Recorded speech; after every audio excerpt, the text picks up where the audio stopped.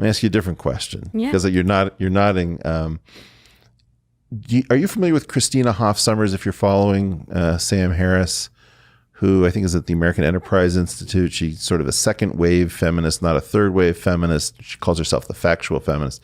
She's called a lot of attention to the idea that the wage gap, where women maybe are thought to get 75 cents for every dollar that a man gets paid for equal work.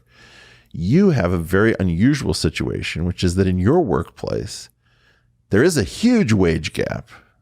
Oh, yeah. Talk to me about that. There's not only a huge wage gap, I think that there's also like a huge maybe attention gap where on the video films, a lot of times I think they even cut the guy's head out of the frame, you know? So I think a lot of times the male is almost more objectified than the female, where he is literally just a phallic piece. He is not anything more than his penis. And a lot of times they don't want to see the rest of his body nor hear him speak or anything like that. And a lot of times I think that they're doing almost even more of the work than the female is. And we get this opposite end of the spectrum where I can get paid for anywhere from $2,500 to sometimes $10,000 for a scene that I do. Just for one scene. For one scene that I do, whereas the male talent can get anywhere from $500 to, well, even like less, like $300 to $2,000 is like the top star in the industry. Wow. And my starting rate is already above those big, huge stars. You know, that's similar for modeling. If we took the top 10 supposed supermodel. I don't love the term porn star and supermodel because they get used like, but let's just have fun with it. If you take the top 10 supermodels, male and female, my understanding is that the pay scale is 10 cents on the dollar for the men relative to the females because there is this super premium.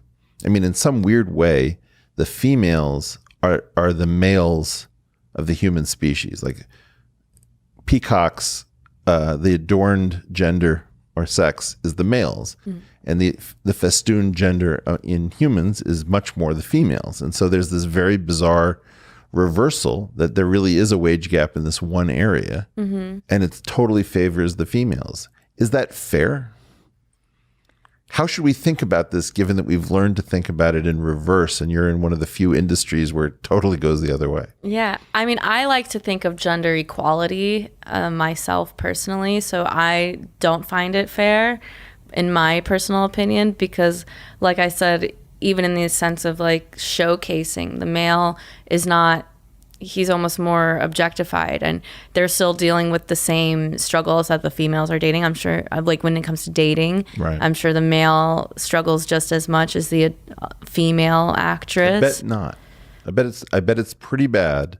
I don't know. I bet it's not quite as intense. I'm not sure. I think that it is, like, because women have their insecurities, so you know, you have to think of this male is working with women who are mostly 18 years old for almost all of their scenes. Sure. And he's maybe like a 30, 40-year-old man who's looking for a woman his age.